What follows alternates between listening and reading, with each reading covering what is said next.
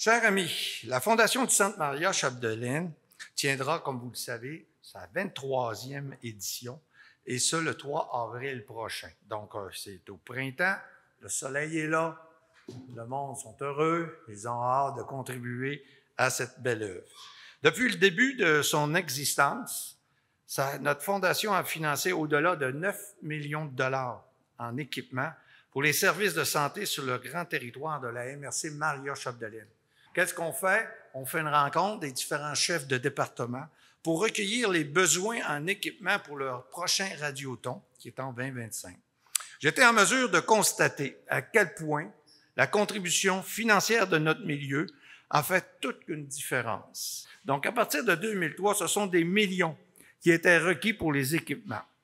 Je m'en rappelle, le premier, c'était l'échographie, je crois, qu'on devait absolument acquérir à une somme d'1 million de dollars dans le temps. C'était de l'argent beaucoup.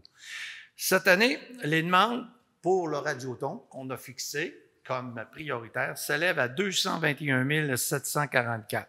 Par contre, si on aurait à satisfaire l'ensemble des besoins qu'on a recrutés, ça serait pas loin de 320 à 330 000 dollars. Donc, ce qu'on a fait, on a trié un petit peu ceux qui étaient prioritaires et ceux qui n'étaient, selon nous, non prioritaires.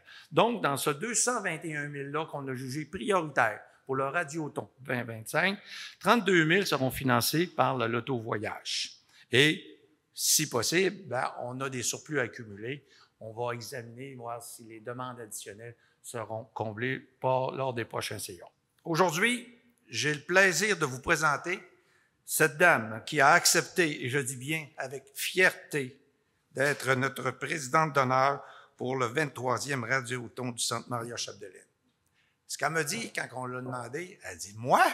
Pourquoi moi? » Puis elle était très heureuse de cette demande-là. Donc, moi, c'est pour ça que je dis avec fierté qu'elle a adhéré à cette demande.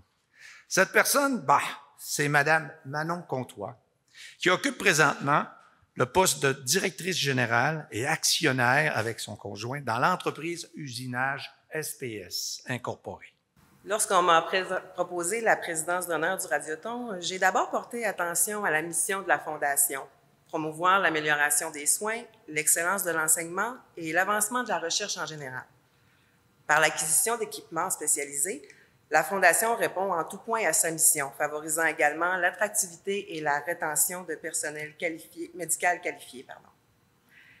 En tant qu'entrepreneur dans un secteur d'activité spécialisé en région éloignée, je dois faire face au quotidien aux défis d'attraction et de rétention de la main-d'œuvre. Dans une perspective plus globale, avoir accès à des services de proximité de qualité constitue donc un atout majeur afin d'attirer de la main-d'œuvre qualifiée dans l'ensemble de nos secteurs d'activité.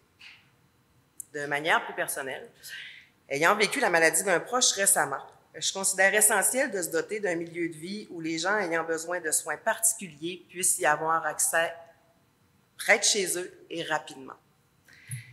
J'ai lu récemment un texte où il était écrit « Un individu seul ne peut rien bâtir de grand. C'est la force du nombre, la synergie d'une équipe qui permet de réussir. » Et j'ajouterai aussi que c'est le cœur d'une communauté tissée serrée qui permet de grandes réalisations. Voilà qui correspond parfaitement à mes valeurs personnelles et professionnelles et aussi, je crois, à celles de la Fondation. C'est donc avec fierté et enthousiasme que je me joins à l'organisation de la Fondation du Centre Maria-Chapdelaine ainsi qu'aux nombreux bénévoles du Radioton pour faire de cette 23e édition un véritable succès.